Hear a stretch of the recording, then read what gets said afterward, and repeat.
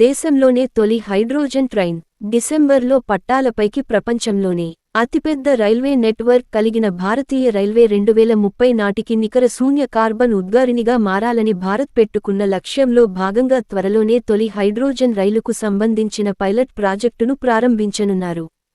హర్యానాలోని జింద్ నుంచి సోనిపట్ మధ్య 90 కిలోమీటర్ల మేరకు దేశంలోనే తొలి హైడ్రోజన్ రైలును అందుబాటులోకి తీసుకువచ్చేందుకు రైల్వే శాఖ ప్రయత్నాలు చేస్తున్నది.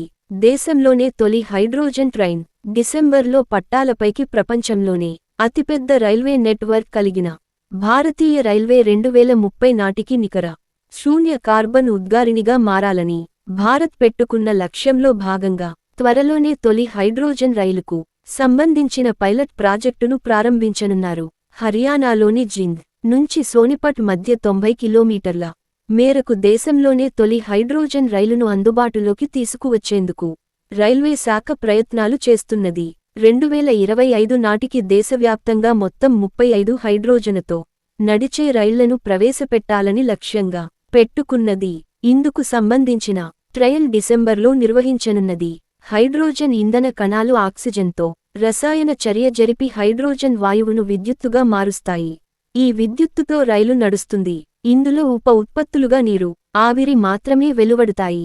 అవసరమైన ప్రక్రియల కోసం రైలు గంటకు సుమారు 40,000 లీటర్ల నీరు అవసరమవుతుంది. నీటి నిల్వ కోసం రైలులో ప్రత్యేక ఏర్పాట్లు ఉంటాయి. ఒకసారి ఫ్యూయల్ ట్యాంక్ నింపితే 1000 కిలోమీటర్లు ప్రయాణిస్తుంది. ఈ హైడ్రోజన్ రైలు గంటకు గరిష్టంగా 140 కిలోమీటర్ల వేగంతో ప్రయాణిస్తుంది. దీని శబ్దం కూడా చాలా తక్కువగానే ఉంటుంది. ఇందుకోసం కావాల్సిన హైడ్రోజన్ ఫ్యూయల్ సెల్స్ బిగింపు, ఇతర సౌకర్యాల ఏర్పాటుపై రైల్వే శాఖ దృష్టి సారించనున్నది. ఒక్కో రైలుకు సుమారుగా 80 కోట్ల రూపాయలు ఖర్చు అవుతుంది.